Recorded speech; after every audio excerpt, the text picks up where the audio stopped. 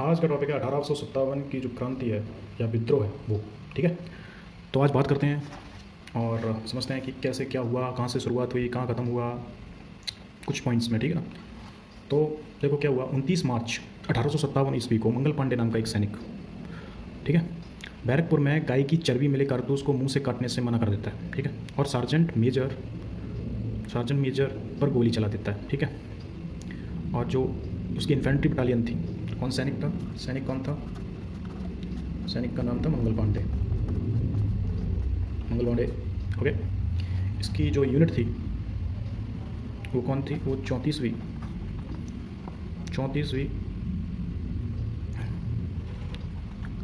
Native infantry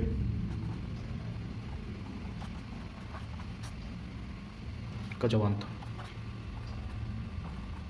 okay, और ये कब हुआ, 29 मार्च 1857, बैरकपुर।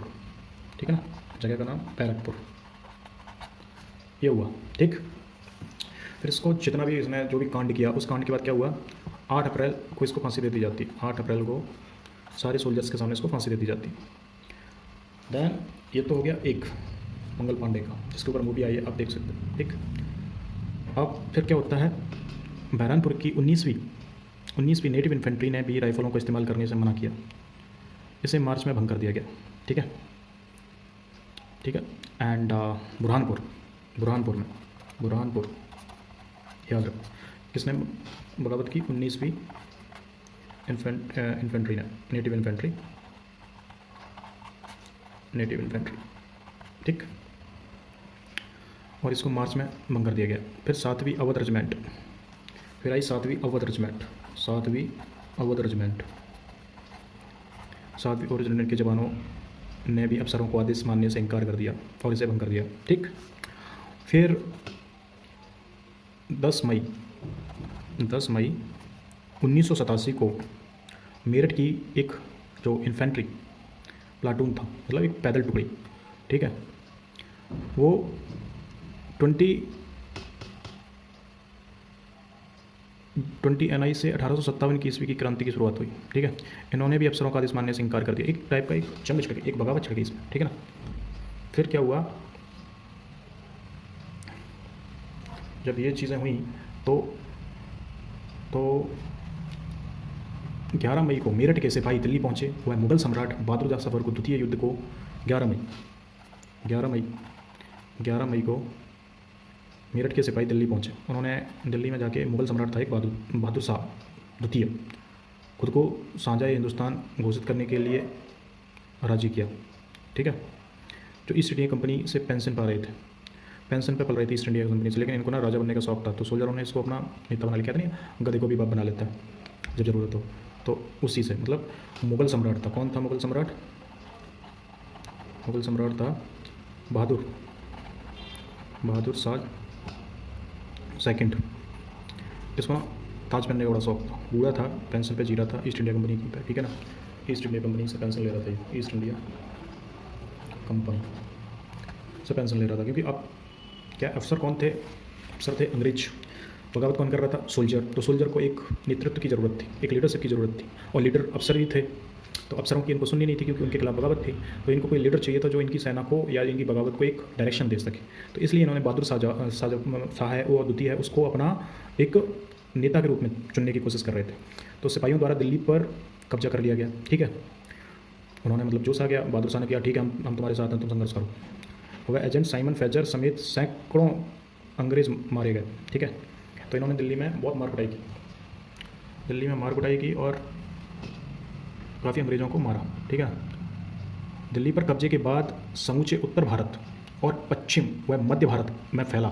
ठीक है, ये विद्रोह। ठीक है, दक्षिण भारत तक अछूता रहा। दक्षिण भारत में नहीं था ये, एक्चुअली दक्षिण भारत में नहीं था ये, बाकी नॉर्थ में, साउथ में, वो नॉर्थ में, ईस्ट में, वेस्ट में, इस पर ये फैला। और कंपनी के 2,32,224 सिपाहियों में से आधे ने रेजिमेंट को ही छोड़ दिया, नौकरी छोड़ दी उन्होंने। ठीक है ना, ये इतनी भयंकर क्रांति थी। और मैंने इस क्रांति का मकसद कोई अपनी टेरिटरी को बचाना तो था नहीं। ठीक है ना, ये क्रांति अंग्रेज़ों की जो तानाशाही थी उससे मुक्ति पाना था। ठीक है ना, ऐसा नहीं था कोई भारत आज़ाद हो रहा है या कुछ, ऐसा कुछ नहीं था। जो अंग्रेज़ अपनी मनमानी कर रहे थे उसके लिए क्रांति की गई थी, ठीक है ना। इसमें आगे हम बताएंगे और क्या है। एंड कानपुर में अंतिम मराठा पेशवा बाजीराव द्वितीय के दत्तक पुत्र नाना साहब, लखनऊ में बेगम हजरत महल ने नेतृत्व संभाला, ठीक है। जो नाना साहब थे अंग्रेज़ों ने उत्तराधिकारी नहीं माना था, ठीक है। और जो बेगम हजरत महल थी बेटे फिर जिस कादिर ने खुद को नवाब घोषित किया था इनके बाद, ठीक है, तो वो उनकी थी। अब बात करते हैं बरेली में। बरेली में रोहिलखंड के भूतपूर्व शासक उत्तराधिकारी खान बहादुर ने कमान संभाली, करीब 40,000 सैनिकों को संगठित कर अपनी सेना बनाई, ठीक। फिर बिहार के जमींदार आ गए। बिहार के जमींदार आ गए। बिहार के जमींदार कौन? कुंवर सिंह आ गए, ठीक। कुंवर सिंह आ गए। दीनापुर से धारा पहुंची सिपाहियों के साथ हो गए। ये दीनापुर से जो सिपाहियों की टुकड़ी जा रही थी, दीनापुर से सिपाहियों की टुकड़ी के साथ हो लिया वे। और रानी लक्ष्मीबाई ने झांसी में कमान संभाली। लाल डलहौजी ने उनके दत्तक पुत्र को उत्तराधिकारी मानने से इनकार कर दिया, विलय की नीति के तहत राज छीन लिया, ठीक है ना। तो कहीं ना कहीं अपने अपने घाव सबके पास थे, उसके अकॉर्डिंग ये क्रांति में कूदे। और मद्रास के सैनिकों ने अंग्रेज़ों के प्रति निष्ठावान बने रहे, ठीक है। मद्रास के सैनिक थे वो अंग्रेज़ों के प्रति निष्ठावान बने रहे। ये नॉर्थ में काफ़ी भड़का था ये 1857 की क्रांति। कारण क्या था इसका? मद्रास के सैनिक अंग्रेज़ों के प्रति सैनिक छावनियों की सेवा शर्तें मुख्यतः उत्तर दक्षिण प्रांत व अवध के ऊंची जाति के हिंदू सिपाहियों के धार्मिक विश्वास और पूर्वाग्रहों को ठेस पहुंचाती थी।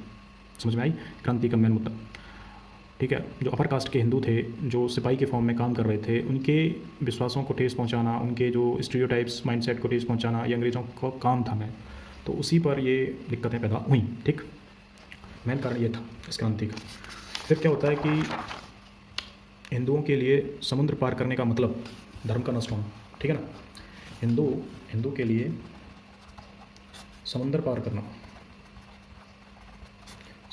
करना लाइक धर्म भ्रष्ट, ओके।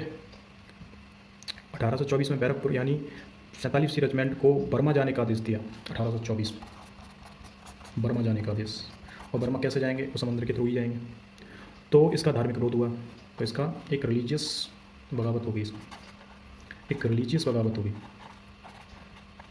ठीक। इसका रिलीजियस बगावत हुई तो इस हुआ विरोधी सिपाहियों को फांसी दे दी गई। जिन्होंने बगावत की उनको फांसी दे दी गई। जिन्होंने बगावत की उनको फांसी मिली। नेताओं ने कहा अच्छा तुम नेता बनोगे, आओ तुमको नेता बनाए। तो उस टाइप की चीज़ें हुई, ठीक। ये पहला विरोध था, ठीक है ना। 1824 में अंग्रेज़ों के सामने ये बगावत पहली थी। इस चीज़ को याद रखो, बर्मा जाने वाली, ठीक है ना। फिर अफ़गान युद्ध हुआ भैया। अफ़गान युद्ध के दौरान सिपाहियों को कुछ भी खाने पर मजबूर किया गया, जिससे उन्हें बिरादरी से निकाल दिया गया, ठीक है। समाज सोसाइटी से, मतलब लोगों ने विद्रोह कर दिया उनके खिलाफ।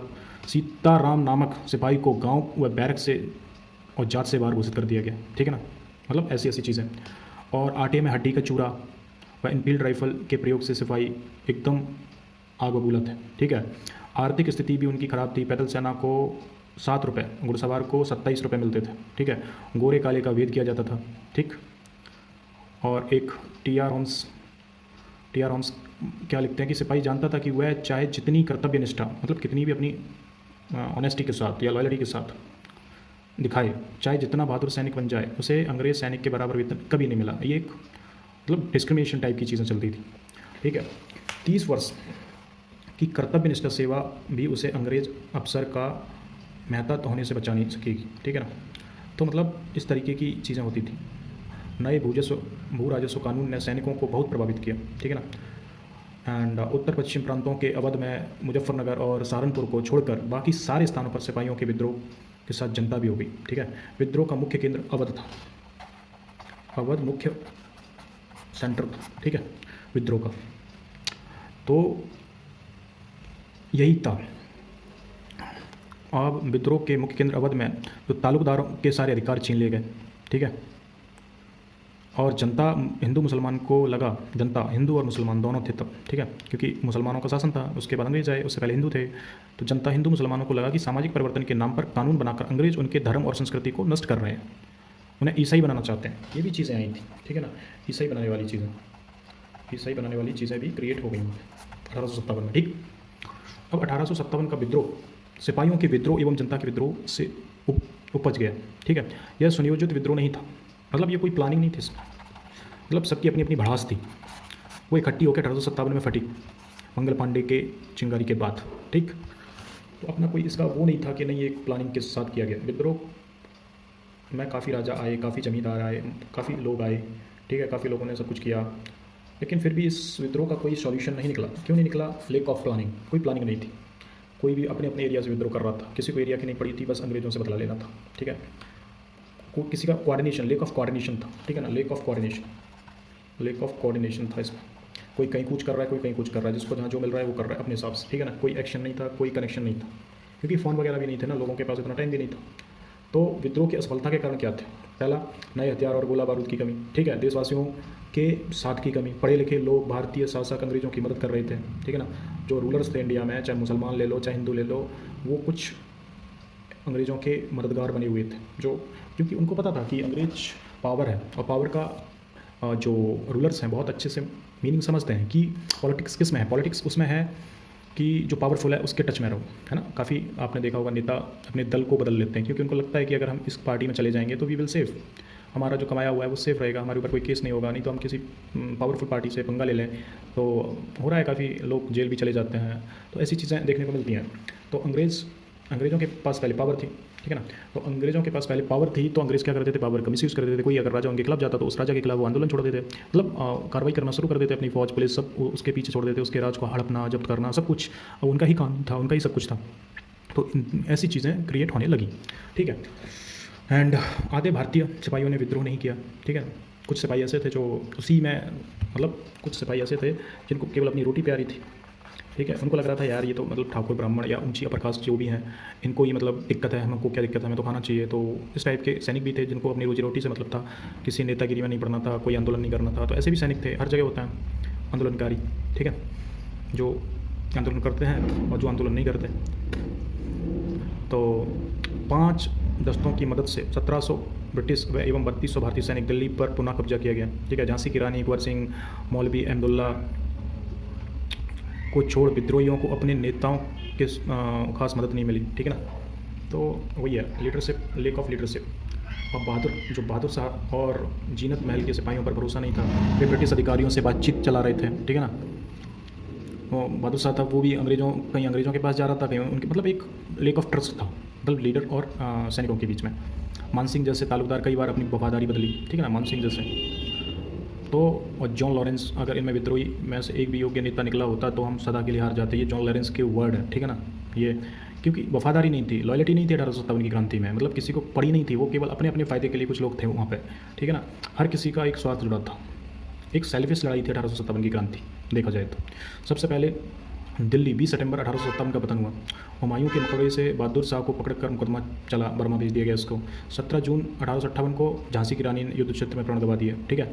जनरल लियूग ने यहाँ क्या बोला कि यहाँ औरत सोई हुई है जो विद्रोही में एकमात्र मर्द थी, ठीक है, ठीक है। झांसी की रानी को पराजित किया गया था, ठीक, इसी ने जनरल लियूग ने, ठीक। नाना साहब ने 1859 में नेपाल चले गए, आत्मसमर्पण नहीं किया। कुंवर सिंह ने अंत तक पता नहीं लगने दिया कि वे कहाँ हैं।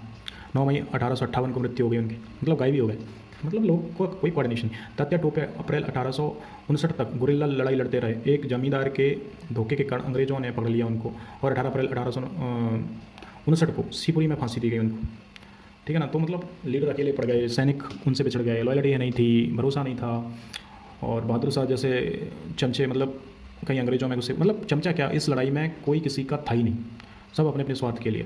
सिपाही अपने स्वार्थ के लिए, सिपाहियों का मुद्दा अलग था, बहादुर शाह का अलग था, ठीक है, झांसी बाई रानी का मुद्दा अलग था, सबके मुद्दे अलग थे, किसी का कोई एक मेन टारगेट, एक फोकस्ड एम नहीं था, ठीक है। तो ये थी 1857 की क्रांति, कैसे ख़त्म हुई।